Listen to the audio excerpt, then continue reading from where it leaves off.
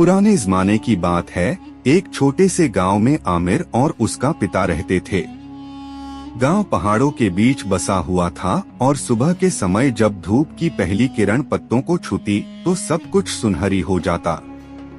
आमिर के दिल में एक ऐसी इच्छा जागी थी जो आम लोगों की समझ से परे थी। वह चाहता था कि उसके पास कोई ऐसा रहस्य हो जो दुनिया में पहले किसी ने न देखा हो, कोई रोशनी जिसे वह केवल नेक कामों के लिए इस्तेमाल कर सके। उसने दिन रात इसी एक ख्याल को अपने दिल में पाला और आखिरकार पिता से कहा, अब्बा, मुझे ऐसी चीज दे दो जो लोगों की मदद कर सके और जो कभी किसी ने न देखी हो। पिता ने हल्की मुस्कान के साथ कहा, बेटा, ऐसी चीज आसानी से नहीं मिलती। अगर तुम दिल से तैयार हो तो हमें रास्ता चलकर इसे खोजना होगा। वे दोनों निकल पड़े, गांव के पीछे के रास्तों से, घास के बीच से, और एक दिन एक घने जंगल तक पहुँचे जहाँ एक झरना था। झरना साधारण आंखों के लिए अद्भुत था। उसके पानी की हर बूंद में हल्की रोशनी चमकती और पानी की सतह पर छोटे छोटे फूल तैर रहे थे जिनकी खुशबू दिल को हिला देती थी। झरने का एक बूढ़ा रखवाला भी था जो कहता, यह झरना दिलों की सफाई पर पहुंचता है। जो साफ दिल लेकर आए उसे रोशनी के फूल अपनी राह दिखा देंगे। आमिर ने ध्यान से पानी में हाथ डाला। पानी ने उसके हाथ को छूकर छोटे झरने की तरह रोशनी के झरमट उठाए। एक छोटा सा फूल उसके हाथ के पास आकर ठहर गया और उसके अंदर सरगोशी हुई, मैं तुम्हारे नेक इरादों का साथी हूँ। मैं वह रास्ता रोशन करूँगा जिस पर तुमने नेक काम करने का वादा किया है। आमिर ने फूल को अपनी झोली में संभाला और मुस्कुराकर कहा, तो चलो मेरे साथ, हम मिलकर लोगों की मदद करेंगे। आमिर और उसका पिता झरने के पास कुछ समय रुककर उस जादुई पल का आनंद लेने लगे। फूल की हल्की रोशनी ने उनके चेहरे पर चमक पैदा की। पिता ने कहा, बेटा, अब असली यात्रा शुरू होती है। यह फूल तुम्हें सही रास्ता दिखाएगा, लेकिन राह आसान नहीं होगी। वे दोनों झरने के रास्ते से ऊपर की ओर बढ़े।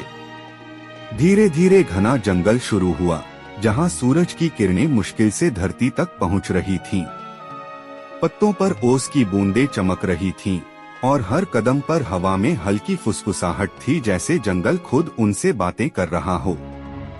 कुछ दूर चलने के बाद उन्होंने देखा कि एक संकरी पहाड़ी की ओर जाने वाली रास्ता सामने आया। रास्ते में पत्थर ऐसे बिखरे थे जैसे पुराने समय के लोग किसी रहस्य को छिपा गए हों। हर कदम पर हवा तेज होती जा रही थी और आमिर को अपने भीतर डर और उत्साह दोनों महसूस होने लगे। पिता ने उसका हाथ कसकर पकड़ते हुए कहा, बेटा, याद रखना, डर हमेशा हमें सीखने का अवसर देता है। अगर डर आए तो समझो कि अगला सबक पास है। रास्ते के एक मोड़ पर उन्हें एक अजीब व्यक्ति मिला।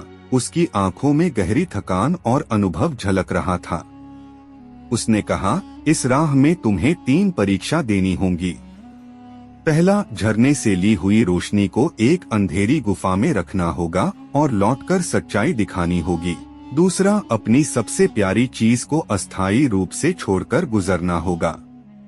तीसरा, पहाड़ की चोटियों को पार करते समय ऐसा निर्णय लेना होगा जो तुम्हारे दिल को झकझोर देगा, लेकिन समाज के लिए भलाई लाएगा।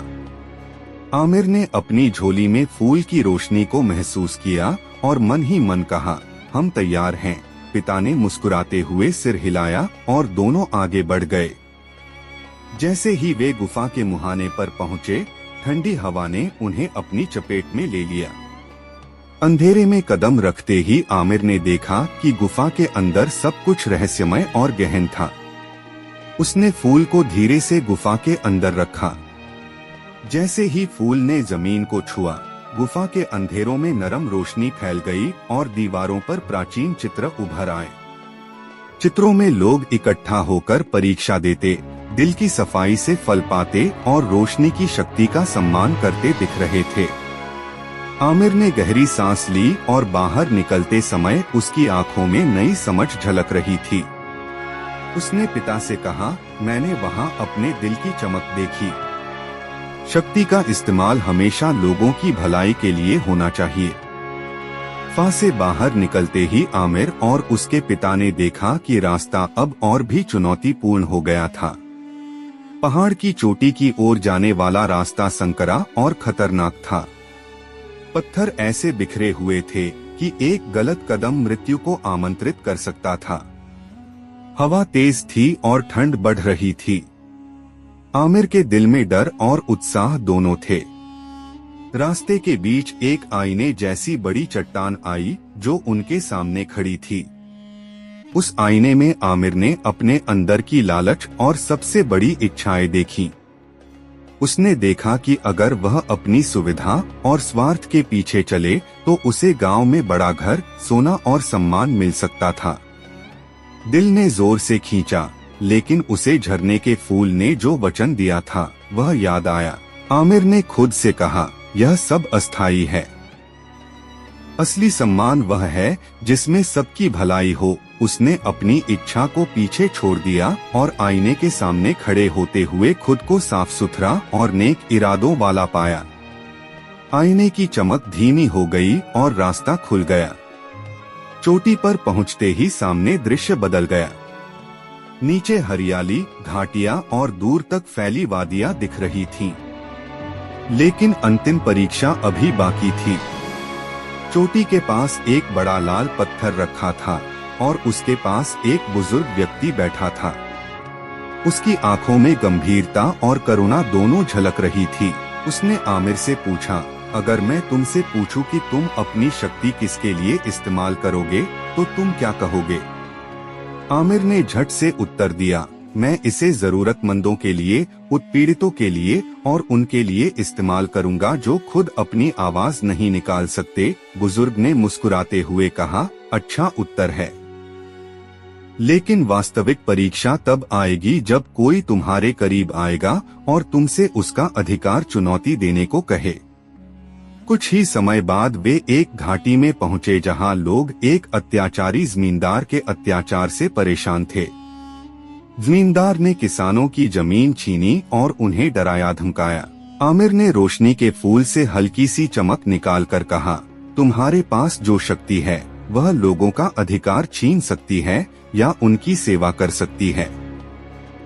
मैं देख रहा हूं कि तुमने अत्याचार चुना है।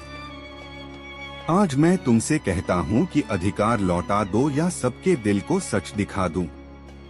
जमींदार हंसा और बोला, और तुम क्या करोगे? एक छोटे लड़के की रोशनी मुझे क्या प्रभावित करेगी? आमिर ने पिता की तरफ देखा, लेकिन फिर उसकी झोली का फूल चमक उठा। नरम लेकिन जोरदार आवाज में फूल ने कहा, अच्छा निर्णय लो और मैं तुम्हारी दुनिया बदल दूंगा। जमींदार की आंखों में डर आ गया। उसने अपने धन और चालाकी छिपाने की कोशिश की, लेकिन गांव के लोग इकट्ठे हो गए और अत्याचार के सबूत सामने आए। अंततः जमींदार अपने अत्याचार छोड़ने पर मजबूर हुआ और किसानों ने अपनी जमीन वापस पाई। आमिर ने देखा कि शक्ति न्याय के साथ हो तो सब बदल सकता है। पिता की आंखों में गर्व के आंसू थे। उन्होंने बेटे को गले लगाकर कहा, तुमने अपने वादे को निभाया। रोशनी वही है जो आदमी को मानव बनाती है। समय बीतता गया। आमिर का विद्यालय सिर्फ ज्ञान का केंद्र नहीं बल्कि एक ऐसा स्थान बन गया जहां लोग अपने अंदर की अच्छाई को पहचानते और उसे बढ़ाते।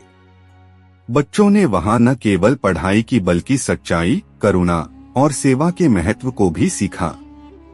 गांव के लोग रोजाना वहां आते और अपने अनुभव साझा करते, समस्याओं का हल ढूंढते और दूसरों की मदद करते। आमिर ने देखा कि उसकी मेहनत और नेक इरादे का असर गांव से बाहर भी फैल रहा था। पड़ोसी गांवों के लोग उसकी शिक्षाओं और रोशनी के फूल की कहानियां सुनकर अपने जीवन में बदलाव लाने लगे। हर व्यक्ति अपने छोटे छोटे कर्मों से समाज में रोशनी फैला रहा था। एक दिन आमिर ने स्कूल के बच्चों से कहा, याद रखना, असली शक्ति तुम्हारे हाथों में नहीं, तुम्हारे दिल में है। अगर तुम्हारी नीयत नेक होगी और कर्म सही होंगे तो तुम्हारी रोशनी खुद ब खुद फैल जाएगी। वर्षों बाद आमिर बूढ़ा हो गया, लेकिन उसकी रोशनी और उसके आदर्श जीवित रहे। गांव और आसपास के क्षेत्र में लोग उसे याद करते और उसकी कहानियां नई पीढ़ियों को प्रेरणा देती रहीं। आमिर की यात्रा, उसकी चुनौतियां और उसकी सीख, ये सब एक उदाहरण बन गए कि सच्ची शक्ति न केवल पाने में है बल्कि बांटने और भलाई फैलाने में है। इस तरह आमिर ने अपनी जिंदगी में जो रोशनी पाई थी उसे केवल अपने लिए नहीं रखा बल्कि पूरी दुनिया में फैलाया। उसकी कहानी यह संदेश देती है कि नीतिमान और नेक दिल व्यक्ति ही वास्तव में महान बनता है और उसके कार्य आने वाली पीढ़ियों के लिए मार्गदर्शन बन जाते हैं।